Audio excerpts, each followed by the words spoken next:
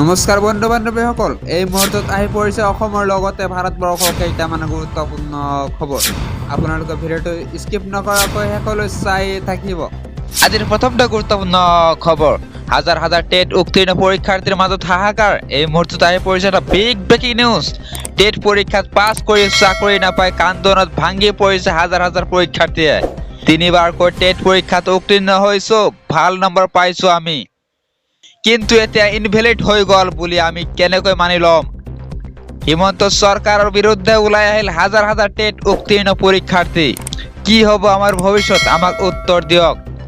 অন্ধকাৰৰ দিশে 50,000 টেট উত্তীৰ্ণ পৰীক্ষাৰ্থীৰ ভৱিষ্যত। NIOS DLED চাৰ্টিফিকেট টেট শিক্ষকৰ চাকৰিৰ বাবে প্ৰযোজ্য নহ'ব বুলি সিদ্ধান্ত হিমন্ত চৰকাৰৰ। NIOS DLED চাৰ্টিফিকেটক অবৈধ আখ্যা।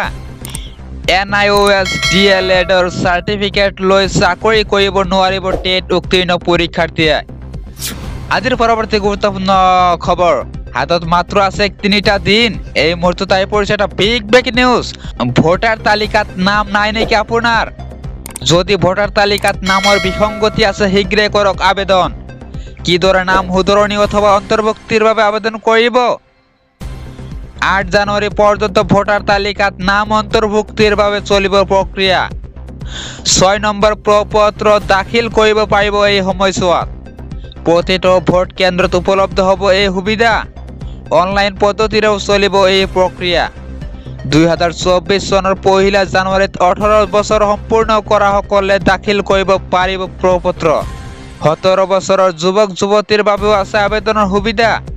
নিৰ্দিষ্ট পৰ্টেলত দাখিল কৰিব পাৰিব আবেদন।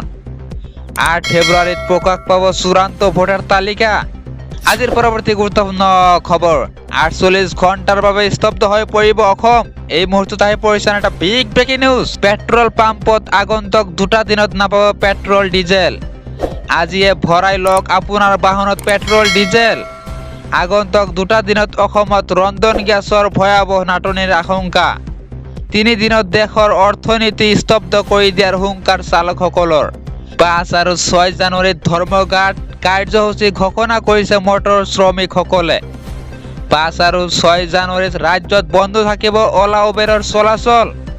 কাইলৈ ৰাতিপুৱা 5 বজাৰ পৰা আৰম্ভ হ'ব এই ধৰ্মঘট। 48 ঘণ্টাৰ বাবে নাপাব বাহন। এক প্ৰকাৰৰ 2টা দিনৰ বাবে স্তব্ধ হ'ব অসম। 900 বাছ বা আন বাছৰ চলাচল বন্ধ থাকিব এই 2টা দিনত। আগন্তুক 2টা দিনত বন্ধ থাকিব চিটি বাছ। নতুন হিট আৰু ৰান আইনৰ বিৰুদ্ধে প্ৰতিবাদ চালকসকলৰ।